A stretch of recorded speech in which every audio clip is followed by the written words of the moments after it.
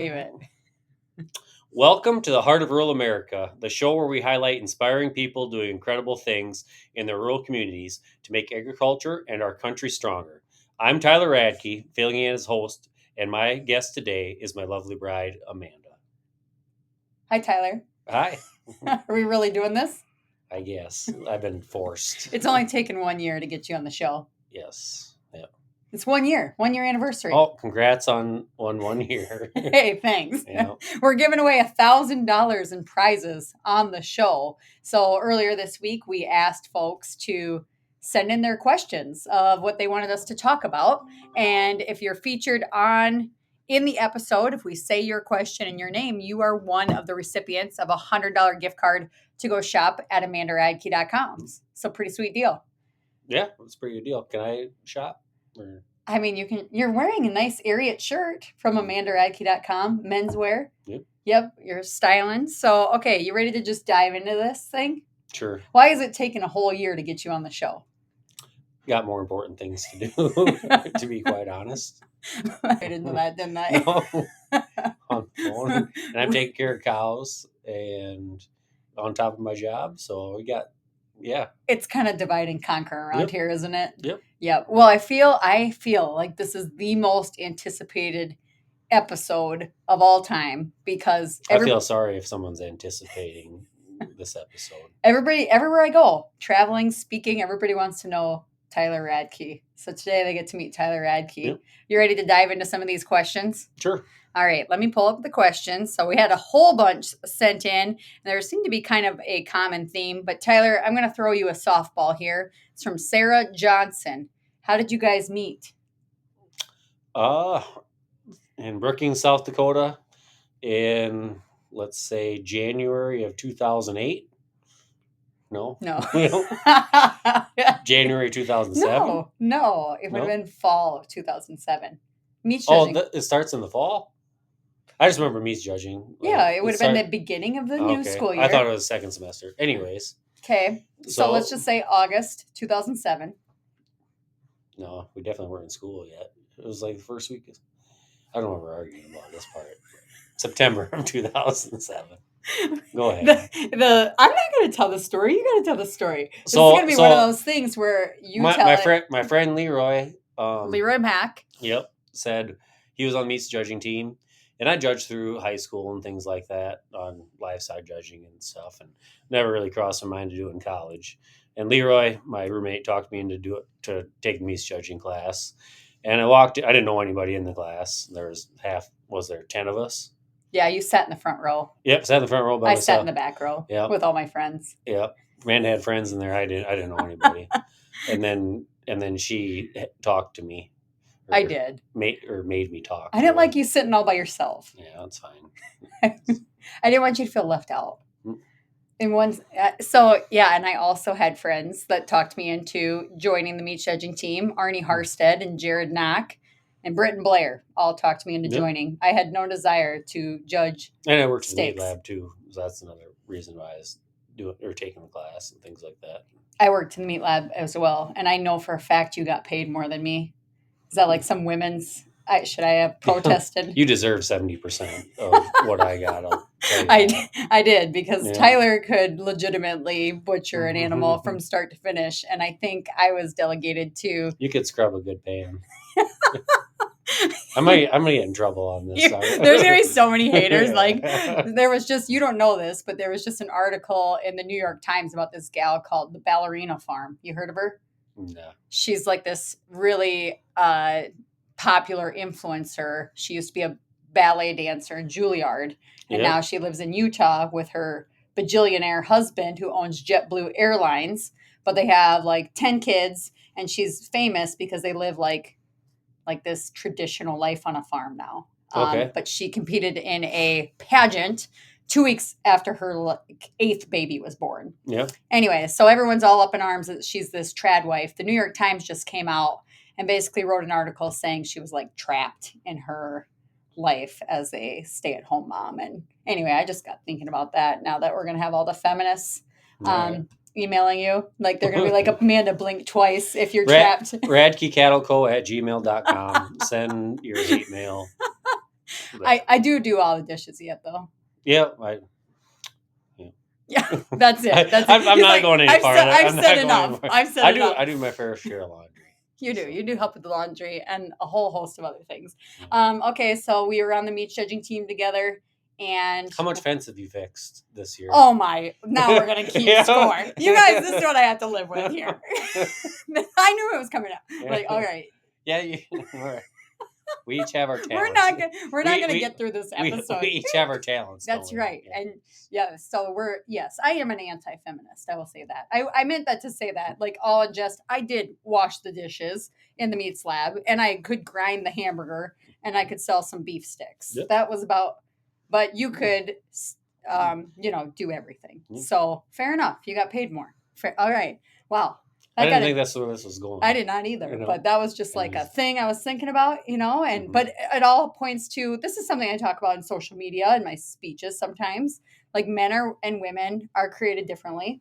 So you're much better at a lot of things than I am. Mm-hmm. I'm also way better at a lot of things than you are. Fair enough. Yeah.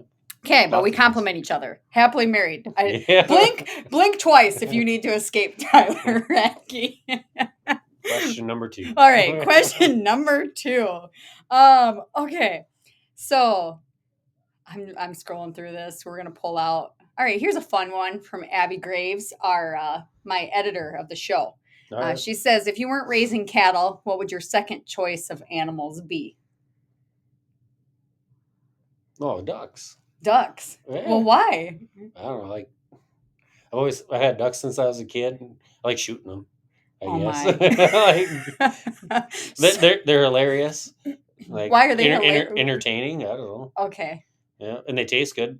If you want a meat eating experience that rivals beef, duck is about the only other animal. Your palate demands, not poultry, duck. Yeah. All right, fair enough. So, fun story. One of Tyler and I, we were just first started dating at South Dakota State University, and you remember you took me duck hunting? Yep. How did it go? That took you a time or two, I guess. No, just once. You've only been duck hunting? You took me duck hunting one time. Oh, I probably didn't. It probably wasn't a good experience. It was not. Yeah. You don't remember? Then make sure you're in for the long haul. You woke me up at like 3 a.m. Yeah. It was very cold. You put me in the little blind. I kind of lose my mind when I get cold. And I don't think we shot a duck that day. And all right. That doesn't ring a bell. No, all right.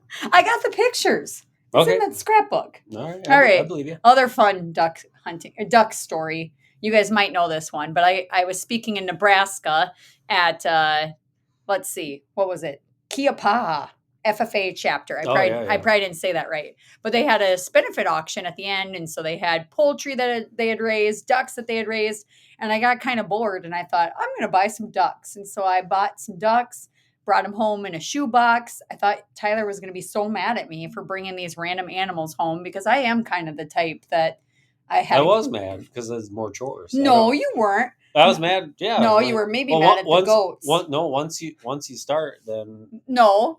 Yeah, I brought the ducks home. One duck is the same as 30 ducks. Well, that's right. Yeah. But you were the one. We unboxed the ducks. Kids were so excited. You ran straight to runnings. You bought all the gear. Like, you were all in on duck hunt. And then we got up to what? What's the highest amount of ducks we ever had? Oh, I had 60, 70 or so. Okay. Yep. It got out of hand. Yeah. Really fast. But it was good chores for the kids. And they collect the eggs and help butcher and all the things. So yep. I had a goat phase during COVID. I decided I wouldn't raise goats, but I wanted our kids and our foster kids to have pets that they could, or animals on the farm that they could actually interact with. You can't really have them out in the cattle yard. So we got goats. That lasted about 6 months, didn't it? Yeah. The goats did get adopted to a very lucky family. So what would I raise?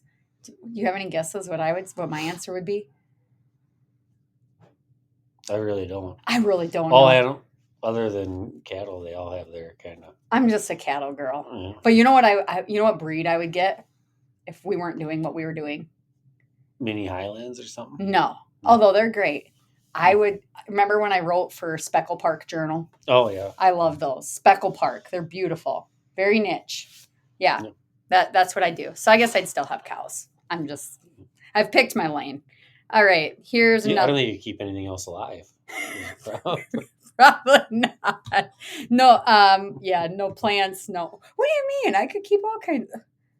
No, no, Honestly. I have a better answer. I know what I'd raise. This is not cattle related. I would have a pheasant farm and raise black labs. We'd have this whole hunting enterprise. It'd be All like a right. multi-tiered, very diversified business. So the boys could do the guiding, we raise the birds, we got the dogs. Let's see. Okay. Scott Stuckel says, or Stuckel, I'm not sure how to say it, but how do you balance life, including faith, family, work, etc., into a busy schedule, setting priorities, including the kids in farm tasks, and still getting something done? So that seemed to be a theme. Everybody wants to know how we balance and do life. I don't know if we look like we've got it all together on the internet, but It's tough I, right now. Full transparency. I don't I know. told Tyler ahead of this, how are we going to answer that? And what was your response last night when we were loading the trailer for this cattle show? Sleep less, cry more. Sleep less, cry more. That pretty Yeah. much sums it up. Yeah. Okay, but for real, do you have an answer? I could talk about this for a long time. Just gotta. There's a light at the end of the tunnel. Like the kids, they're more helpful every day. When you're outside, and bring them along wherever we go, or wherever I go anyway. And you bring them along when you can, and yeah, I don't know. It Everybody's busy. That's one thing that kind of annoys me all the time. Too. Oh, just busy all the time. That's people's first response, and yeah, but what else would you do? Right. Yeah. Well, I think busy is subjective too of Okay. what people take on in their life. Yeah. I think there's a twofold answer to this for me. Number one, it's what is your goal in life? Like what are you aiming at? If you're aiming for like a very balanced, comfortable life where everything is like Yeah. perfect and orderly, that's cool. That's not what we're doing. No. But some people do achieve that. They set aside times for all the things. They work their 9 to 5 and they, enjoy family time, nights, weekends. Everything fits. I feel like the way we do life, we're trying to fit 1,000 lifetimes into one life. Yeah. There's only one you get, Right. but I don't know. A lot of times depends on the day, which I'd rather have. You know, between the two you described. Well, yeah, I Yeah. would pick the chaos, right? Like, or no, you want the comfortable one. Well, as depends on the time of year, I guess. We're pretty shot right now. When you ask me, at the moment it's kind of a lot going on, but I don't But know. I think, Then winter comes along, and there isn't quite as much, and calving season. Calving season almost seems to be the easiest part of the year at the moment. well, that's If because you're set up for it. we just got done setting up recip cows and AIing, and it was the middle of AI flooding to and pasture to working calves to that's about the worst time of the year. well, I see. This is one of those things where it's like it'll get busy, it'll get better next week, but next week is also busy. So Yeah. I think for us, I think understanding what you're aiming at or what your why is really important, and saying yes to that, and then saying no to a ton of other things has been very important. Like there's been days when this life that we've signed up for, being in the cattle business, starting from scratch, statistically, we probably shouldn't make it, right? Like there's fewer and fewer farmers every year in this country. Like we've set a goal that's very hard, and everybody gets their own deck of cards, their own hand dealt to them, and we have the hand we have, and so we're trying to overcome obstacles. And so, what does that look like for us? It means, for me, I guess we talk about it all the time, but like auditing your life of like, you can't do everything. You can't. So there's a million things we don't do. As an example, Sounds like a pep talk for you more so than me. well, probably is. I tell her to cut a lot of things. Okay, And but here's a perfect example. Yeah. The boys didn't do baseball this spring. Yeah, I'm bummed about it. I'm super bummed about it too, Yeah. but practically speaking, like with me traveling, AI season, getting ready for turnout, all the things, like Yeah. could we have pulled it off? Yeah. So, like maybe in a different season, either we hire help in the spring or we cut back on things. But anytime you say no to work or business too, you're reaching your goals in your business further down the road too. And so for me, I mentally always think, what's the ROI for my kids, like, and us? But like, okay, in theory, Tyler and I are committed to building a business together. That business is taking a great deal of our time, effort, money, and energy. And it's one of those things, very few kids anymore across the country actually get to grow up this way and be a part of a farm or a ranch. So, can we find value in the things we're doing at home together as a family without running ourselves ragged? Mhm. Yeah, pick and choose. Because let's be honest, they're half you. Their odds of making the major leagues are slim to none. What are you trying to say, Tyler? What are you? Well, I'm just saying, aim them in a direction, or like pick and choose, like you said, Right. and aim them in a direction where maybe it might Plays to their their strengths. strengths, yep, and benefit them after they're 18 years old. Well, right. Well, and it's like our goal, or at least They can still do fun stuff, but like a goal that I think we both share is it would be great if we had a business our kids could be a part of when they're 18 and beyond, where it's like not just send them off out of the nest and it's like you're kind of on your own, kids. It's like, hey, we've taught you skills along the way. We're building these businesses. We'd like you to be a part of it, take ownership of it. I'm trying, I guess my thought is building a family culture and that of entrepreneurship, business, work ethic, and creating opportunities that maybe look unique to just us, but also having them be in a competitive atmosphere, whether it's wrestling or shooting sports or showing cattle or whatever. But you can't do them all. Yep. Yeah. I guess, do you have any more thoughts on that? I could talk about this for a while. Yeah. Well, I don't have thoughts, but I'm you're right. All right. Well, we covered it. Well, I also think too, COVID for me was kind of a light bulb moment because the schedule's cleared. Yep. And so when the schedule's cleared, for me it highlighted what was actually important. And it's like we could have our kids in 1,000 activities every single night of the week, but what do you sacrifice when you do that beyond the family business? You sacrifice the dinners at the dining room table.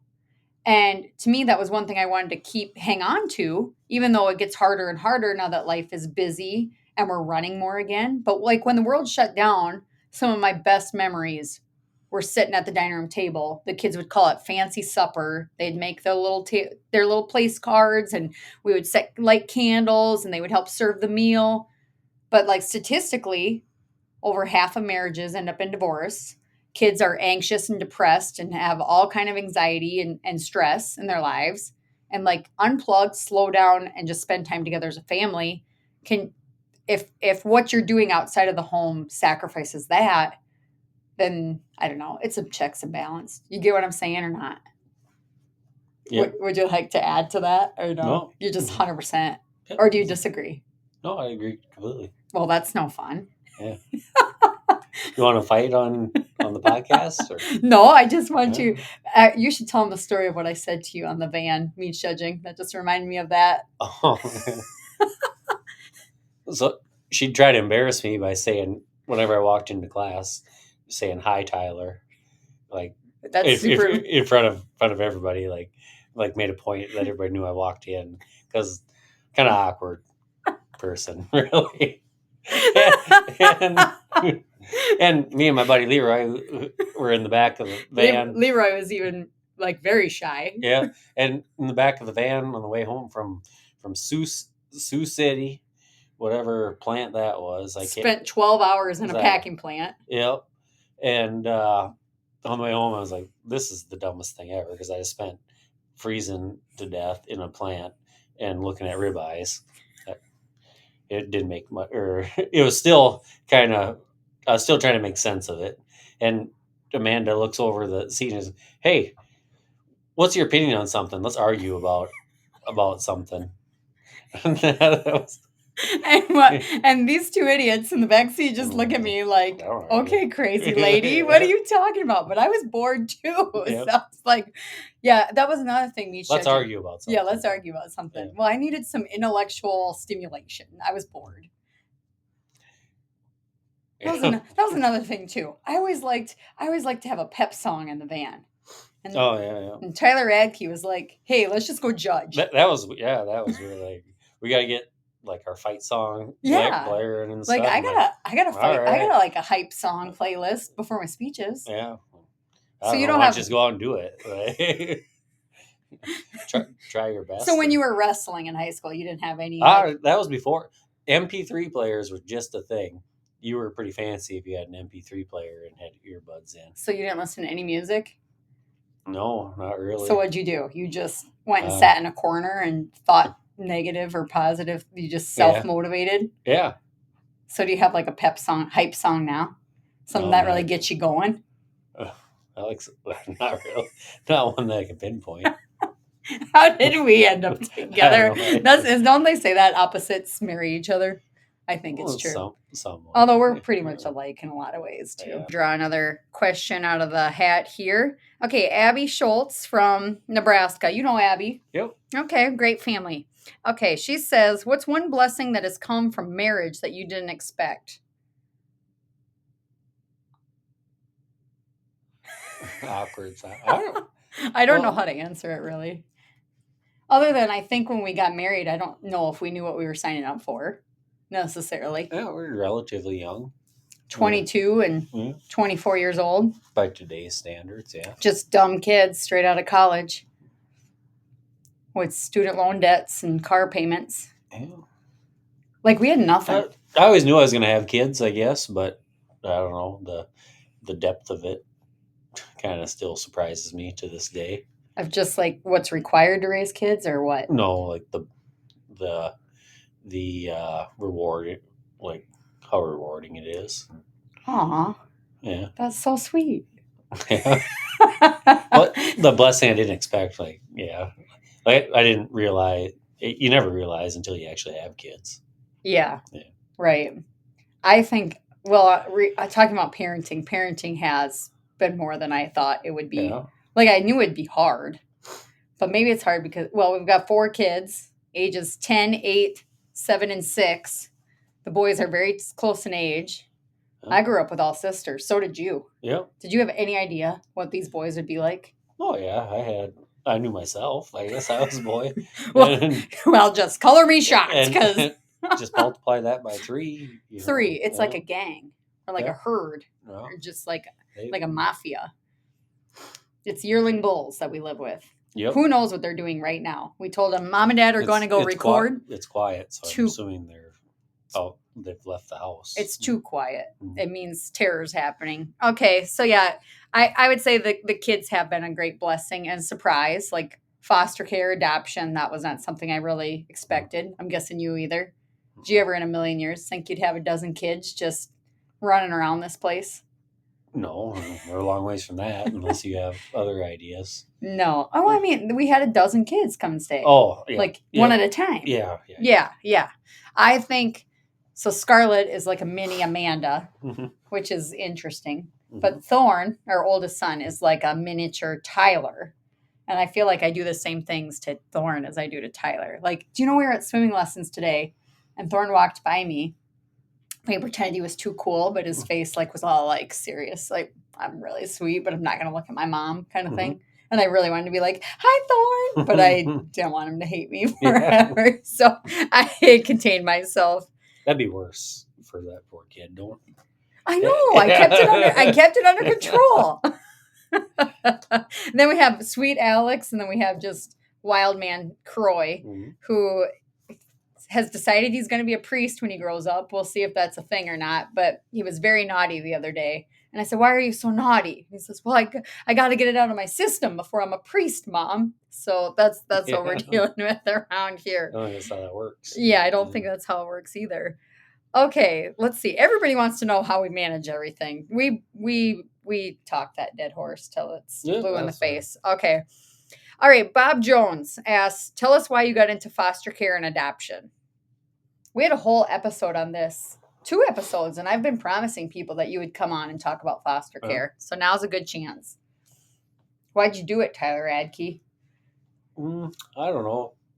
We talked about it early on, and I don't know. I see my kids are, in my opinion, my kids are pretty lucky to live the life that they do, and kind of every kid deserves something similar to that, and that's where it started from, really.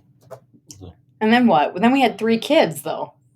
Yeah, and then I don't know. Must have had a couple hours where I didn't have much going on, and decided another one was or more was better. All right, so tell the story. You coming out of your office, or don't you literally don't remember? No. But I was packing to go to Georgia. You like make these little moments into like groundbreaking. Well, I'm like, an elephant. I remember things. I know. It was like lightning struck that day. I forgot about it within 15 minutes after I talked to you. I guarantee. That's because it was God talking. It wasn't Yeah. even you. So Tyler comes out of his office. I'm packing to go on a trip. I've got a new book coming out, Can Do Cow Kids, and got 3 kids under the age of 4. 2 are in diapers. I'm stressed about leaving the kids. I really wasn't traveling a whole lot at that point yet, but super stressed. He comes out of his office and says, Mandy, I think we should foster still. And I remember I got very mad. Like, I was like, no, you're crazy. And that's a stupid idea. Stupidest idea I've ever heard of. And I think you heard me say no, and then you shrugged it off and forgot about it. And that was it.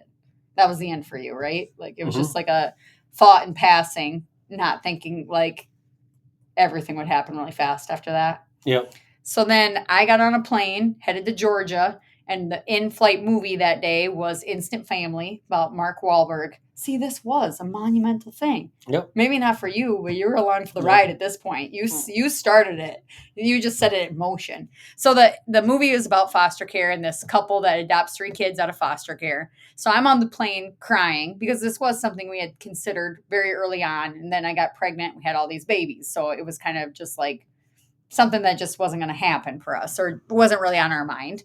But I called Tyler. I was like, okay, God, I hear the message. You want us to foster, So I called Tyler and I said, hey, I'm in. And you're like, in to do what? And I said, foster. And you're like, okay, whatever.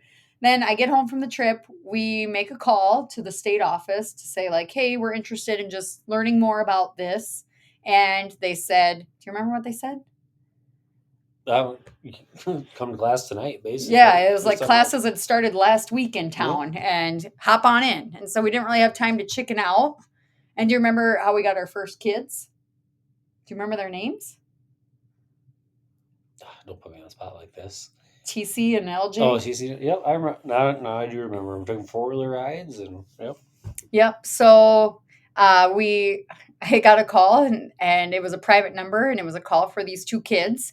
And she was like, hey, we just need you to do respite for the weekend. And I said, well, we don't even have our license yet. And she said, yeah, no, we just threw it in the mail, but the kids will come first. Yep. And that was kind of how it went. And I remember like running to Walmart to go buy these kids like a bajillion things. And you're like, they're going to be at our house for 2 days, 3 days. But we had a good time. Yeah, we did have a good time. And I remember it was so muddy and we let them just go jump in the mud puddles and just, but they that was kind of our entry into foster care. And it was kind of an aha moment of, wow, we're really blessed to live like this. And look at how these kids enjoy just running wild on the farm and getting as dirty as they possibly can. They don't have a care in the world where they're out here. Maybe we could share more of that with other kids. Yep. So I remember humbling moment. There was an older girl that came and stayed with us, but maybe you don't remember, but she walked into her house and that was during like the Chip and Joanna Gaines era when I was like, we got to knock out all the walls in the house. Yeah. But it shut it down real fast because she walked into the house. She looked around and she said, wow, you guys live in a castle. Mm-hmm. Remember? Mm-hmm. And I remember thinking like, wow, I'm an ungrateful brat. And we're so fortunate to live this way, to live the way we do in our old farmhouse on top of the hill. It's a 1960s ranch, so don't get any, don't. It's a castle. Yeah. Well, no, it's a castle to someone that's come from very hard times. So it's like, it was a lesson in be humble, be grateful. Mm-hmm. And we talk to the kids about, by default, you've won the lottery of life. Not that mom and dad are rich, but that you have a mom and a dad who can put a roof over your head, can feed you a meal, and take you to church and teach you about Jesus. And we could share that with other kids. That's something we could do. Yep. So tell us about adopting Alex from your point of view. I don't know. Kind of a lot going on. What was it, 2020? 2021. 2021. February 2021. Calving out heifers. Yep. Headed to the Black Hill Stock Show with bulls. Yep. You hadn't really been sleeping much. You're pretty. Yep. Amanda says asked if I wanted another kid, and I said not at this moment. But but he was a cute little kid. You remember that picture I showed you? And he came and stayed for basically they said, you want to take him for a test drive over the weekend. Kinda? This is really how it was. Yeah. It was Valentine's Day weekend. Yep. See, like he needs a home, and basically let us know. Yep. After the weekend you spent with him, did you want him? Are you in or out? Yeah. So imagine this. Mm-hmm. Bring this little kid home. Tyler's never met, or we've never met. Mm-hmm. Basically, we have 48 hours to get to know him, and then they're just like, we're gonna. Do you want him forever? Yeah, you want him forever. Mm-hmm. And to understand kids that come from trauma and hard places. Alex was pretty nervous, 3.5 years old, coming to stay at a stranger's house for a weekend, and he spent the whole weekend. Remember, puking. Yep. Puked the whole weekend, so we didn't really get to know him. Didn't really get to see him interact with the kids. Much about that, but... Well, I was the one cleaning up the puke. You were probably outside calving out cows. So Sunday night rolled around. The workers texting us, "You guys in or what?" Yep. What made you say yes? I don't know. How can you say no to him?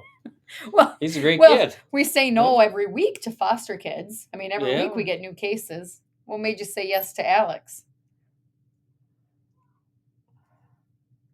I don't know who else is going to do it. If not us, then who? Yeah, I guess. Fair enough. Yeah. So we did it blind or we did it scared? Both. But we did it. Proud of you. Okay.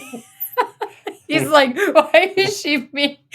We say that as, I remember you did say, you were honest with the situation because you're like, okay, he's right in the middle of our boys. So Alex is right in between Thorne and Croy. And they're literally 9 months apart and 14 months apart. So these boys are basically Irish twins / triplets. Mm-hmm. I remember early on, you're like, that's a lot of boys. And that's pretty crazy. You didn't know that, how bad I had no idea. Yeah, but I was like, well, my thought was, here's a little boy that needs a home right now. Mm-hmm. Not one for later or not a girl. We thought we'd even it out. And that felt like shopping in a catalog. But this was Alex. Yep. And he felt like he needed to be our son. Yep. So we finalized the adoption October 2021, and he's the biggest cowboy ever now. Yep. Pretty awesome life. Best behaved kid there is. He's sweet, big-hearted, and gonna go do amazing things in his little life. Yep. If you haven't had the chance to meet him yet, he's a pretty cool kid, and and I guess he's blonde hair, blue eyes. He looks just like our kids, except for blends right in. Really curly hair. Yep. That's how you can tell the difference. He's a handsome little devil. He is super handsome. Yep. He's so cute. Okay, Fred Tiffany out in Pennsylvania. He's got some Whitney pregnancies expected he's bought from us. Mm-hmm. So he says, why did you choose Angus cattle, and what's your favorite aspect of the seed stock business?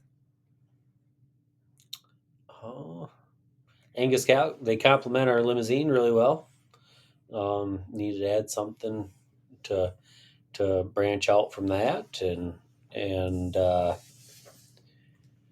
what was the other half? What do you like best about the seed stock business? I don't know. I really like the cattle and breeding and trying to raise them the best I can. And you're gonna say the people portion. Am I? Because that's your lane. I don't think. I don't know. Yeah, and I like to hear other people's philosophies on it and on breeding and raising cattle and the people that on that side of things and helping the customers find the bull that's right for them, I guess, and hopefully meeting their goals. So I like the genetic challenge of it all. Mm-hmm. That there's a lot of people that breed just on paper. They think it's a calculation they can do at a desk, but it's both for us. We want them to perform on paper, and we want them to grade, and we want them to be maternal females, and we want them to look good. We want them to be phenotypically attractive. We want feminine females, and we want rugged masculine bulls, and we're pretty picky. We want everything, and that's the beauty of it.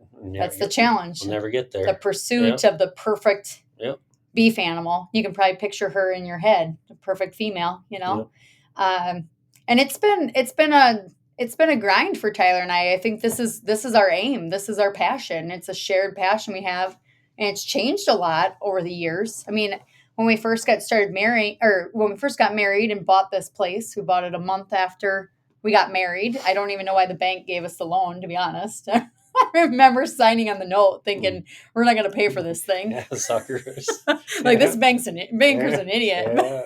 The fun fact, the banker was also the DJ at our wedding. So, but I mean, we were broke, and it took us a couple years to even start buying cattle. We rented out every building on the place. We rented out, you remember, get this fun fact, when Tyler and I were first married, we rented out the basement to some drunk college kids, tech kids. That was a lot of fun, wasn't it? Yeah, it was. We'd go downstairs, and piles of beer cans and newlywed life. But it was how we could get started. But junky equipment that Tyler could fix up and work on until we could upgrade to something better. And I guess our trajectory in the Angus business, or in the seed stock business, Tyler grew up raising Maine and Jew cattle. Started at 14. I guess you want to talk about that, and then I can talk about my family. How you got started in the cattle business? Grew up on a hog and dairy farm, and we always had beef cattle around. And Grandma and Grandpa dispersed the dairy cows in right about year 2000, and we'd always had calves for the county fair and state fair and stuff, and then bought some cows, to replace those dairy cows, and kind of grew from there. And that's where kind of the cow herd started from. And then they kind of evolved from all the way through into high school, college, and then moving out here. And then through various, I guess, it evolved into what we're doing now. So on my side of things, my grandpa, Arnold Wink, was the first guy to bring Charolais cattle to the state of South Dakota in 1958. And so he owned Wink Charolais. That was kind of my mom's side of the family. And then my dad and his dad, Dave and Elvin Knowles, went to an all breeds auction sale in 1980 or 81. And they really liked the look of the limousine. So they had just a commercial Angus Hereford herd at that time. And they started breeding limousines, started selling bulls in 82. So been in the seed stock business really my whole life, going to auctions and that kind of thing. And then when we first got married, we kind of had a his and hers herd a little bit, some limousine cattle around, some Maine and Juke cattle around. And we found ourselves kind of in a position where we were managing two very different clientele. On the Maine side, people that were looking for show calves and 4-H projects, club projects. And then on the limousine side, people wanting to buy bulls. And then that's about the time that, we went and did really well, both breeds, building both herds. And then in the last couple of years, we met Chris Earl with CK6 Consulting, that of course I work with now. But we realized maybe that was a herd we could focus on together, a breed, the Angus breed. And like Tyler said, it still complements the limousine. We did disperse the mains, which was really hard. But we've been in a period of growth. Probably our whole marriage been in a period of growth. Still are. But I'm mostly excited about this entire time we've sold private treaty. I'm very excited about our bull sale coming up in February. It's kind of been a lifelong dream to do something like this. So tell us about the bull sale. Well, I got a mountain of work to do beforehand. That's all I see at the moment. The barn is not insulated at this moment. So February 17th in Mitchell, South Dakota, we better make it so people don't freeze to death out there. So a lot of work. It'll be comfortable. It'll be fine. But I think year one will be the hardest. Get the infrastructure, get all you need, build your auction block, all those pieces that have to come together. And then year two is you just coast. You learn and adjust and pivot and just go. Yeah. So our first bull sale will be February 17th, President's Day, Monday. Bring the kids. School will be out. We'll do a book reading. We will do a bid on beef auction to benefit the All-American Beef Battalion, a nonprofit that Tyler and I are really passionate about. And we're going to sell some bulls, some Angus and Limousine and Limflex bulls and females, pregnancies, some embryos, the whole works. Exceptional set. I see them every day. It's exciting. Yep. So I think is that what motivates you though? Like just the drive to every year. It's like how can you do better? Make them better and make more of them better. And that's my focus. So when you love what you do, it's I guess that goes back to the beginning though. Like what's your aim in life? I think we have a shared aim. Okay, last question, then we got to wrap. We are doing this really fast because we're headed to the South Dakota Summer Spotlight with kids and cattle and the campers. So it kind of took an act of Congress to finally sit down and do this, Tyler. So last question, this comes from Callie. She wants to know what's something about your spouse that would surprise people that people don't know. You should have let me prepare for this one. Yeah, that's kind of on the spot. I don't know what I'm going to say either. Maybe what's it like being married to me? I don't know. I get that all the time. Like, what does your husband think? Done yet. Nope, almost done. He's gonna roll here in 5 minutes, buddy. Yep.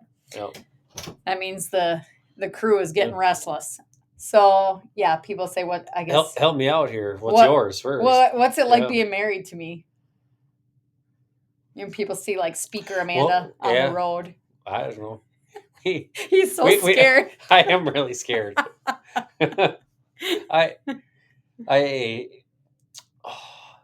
Well, we're both oldest children, so we're both right all the time, every time.